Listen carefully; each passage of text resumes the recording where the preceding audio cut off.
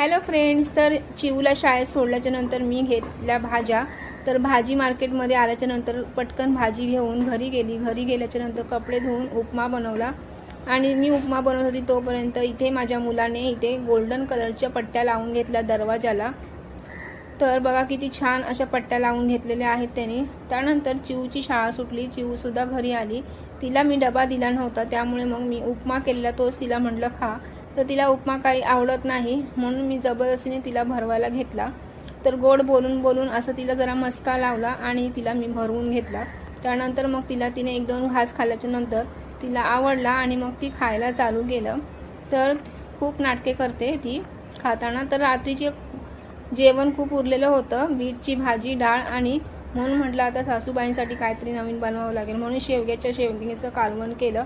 आणि नंतर पसारा होता तो सर्व आवरला. आणि संध्याकाळी मी करायला घेतलं वांग्याचं भरीत. तर वांग्याचं भरीत वांगी मी गॅसवरती भाजून घेतली चांगली आणि दुसऱ्या गॅसवरती ठेवलेलं पॉपकॉर्न. तर मुलांना नाश्ता काय द्यावं म्हणून पॉपकॉर्न भाजून घेतले आणि ते त्यांनी खाल्ले.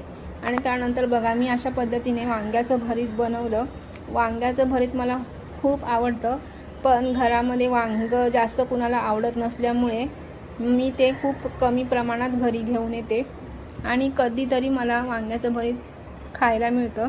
तर आज मी बनवलेलं वांग्याचं भरीत खूप छान झालेलं होतं. आणि त्यानंतर एक सासूबाईंसाठी भाकरी बनवावी लागते, तर तीसुद्धा बनवायला घेतली.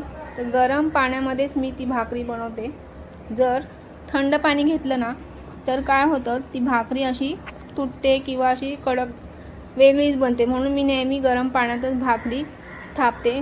तेव्हा मी भाकरी थापत होती तेव्हा सासूबाई किचनमध्ये आलेल्या, त्यांना लिंबू पाणी पाहिजे होतं. तर त्यांनी काय मला विचारलं नाही, जराशा त्या अशा फुगलेल्या होत्या. तर काय करेल, नेहमी असं चालतच असतं. तर बघा मी किती छानपैकी जशा सासूबाई फुगल्या तशाच माझी भाकरीसुद्धा छान फुगलेली आहे. तर कशी वाटते तुम्हाला माझी भाकरी कमेंटमध्ये नक्की सांगा. तर बघा मला अशी सवय आहे, कपड्यानेच मी अशा चपात्या पण शेकते आणि भाकऱ्यासुद्धा, कारण की उलटण्याने जर मी चपात्या केल्या किंवा भाकरी केली ना तर त्या असे कडक होतात. त्यामुळे पटापट कपड्यानेच मी शेकून घेते भाकऱ्या. तर तुम्हाला माझा व्हिडिओ कसा वाटला, तुम्हाला जर माझे व्हिडिओ आवडत असतील तर प्लीज लाईक करत जावा. आणि जर तुम्ही माझ्या चॅनलवरती नवीन असाल तर सबस्क्राईब नक्की करायला विसरू नका. तर सर्व जेवण आटोपल्यानंतर भांडी वगैरे घासली, किचनचा कट्टा पण साफ केला आणि सासूबाईंना घेऊन खाली गेले, कारण त्यांचं पोट जरा बिघडलेलं. मग थोडं चालून आल्याच्या नंतर त्यांना बरं वाटलं. आणि माझ्या घरात काळ्या मुंग्या खूप झालेल्या आहे. काय उपाय असेल तर नक्की